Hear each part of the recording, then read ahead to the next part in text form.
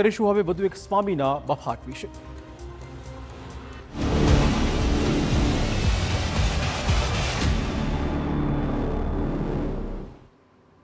તો એક પછી એક સ્વામિનારાયણ સંપ્રદાયના સંતો વિવાદમાં આવી રહ્યા છે। હવે હળવદના ભક્તિ હરિ સ્વામીએ ચારણ સમાજ મુદ્દે કરી છે વિવાદિત ટિપ્પણી, જેને લઈને ભભૂક્યો છે આક્રોશ। જો કે સોશિયલ મીડિયામાં વિડીયો વાયરલ થતા અંતે સ્વામીએ માફી પણ માંગી છે। જો કે સવાલ એ વાતનો છે કે પહેલા વિવાદ કરો અને પછી માફીનો આ સિલસિલો હવે ક્યાં જઈને અટકશે।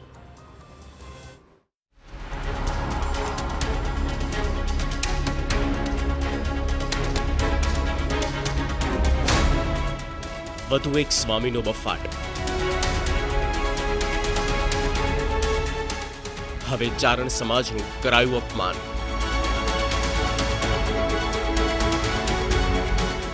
સ્વામીની ટિપ્પણીથી વધતો આક્રોશ।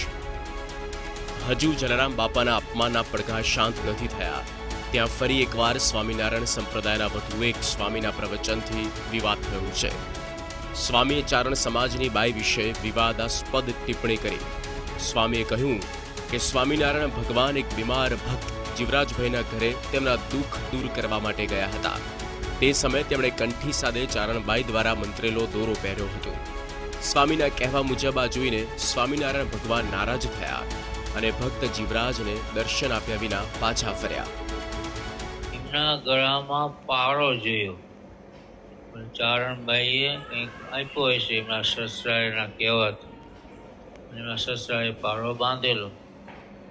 તે સ્વામિનારાયણ ભગવાન એમનું દુઃખ મટાડવા માટે આવેલા, તે પાછા વળી ગયા અને એમના ઘરના જ્યાં સૂતા હતા ને એમને અહીંયા દર્શન આપ્યા।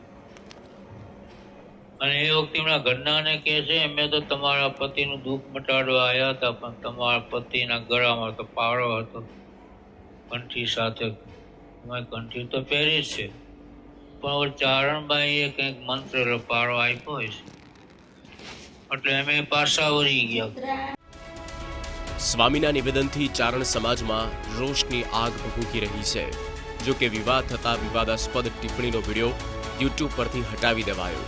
કાલુપુર મંદિર કથા નામની યુટ્યુબ ચેનલ પરથી વિડીયો હટાવાયો।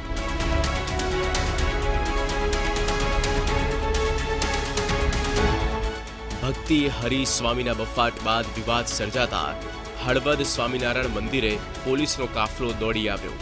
કોઈ અનિચ્છનીય બનાવ ન બને તે માટે પીએસએ સહિતનો ચુસ્ત પોલીસ બંદોબસ્ત ગોઠવવામાં આવ્યો। જો કે વિવાદ વધતા સ્વામીએ માફી પણ માંગી લીધી।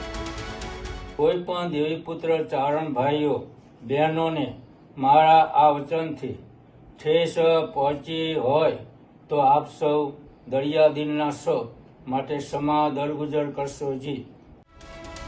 આમ વિવાદ વધતા સ્વામીએ માફી માંગી લીધી છે। જો કે સ્વામિનારાયણના સ્વામીએ પોતાની ટિપ્પણીઓને લઈને ખૂબ જ વિવાદમાં આવી રહ્યા છે, ત્યારે સ્વામી અને સંતોએ અન્ય સમાજના લોકોની લાગણીને ઠેસ ન લાગે તેવા પ્રવચન કરવા જોઈએ, નહીં તો પહેલા વિવાદ અને પછી માફીનો સિલસિલો આગળ પણ યથાવત રહી શકે છે।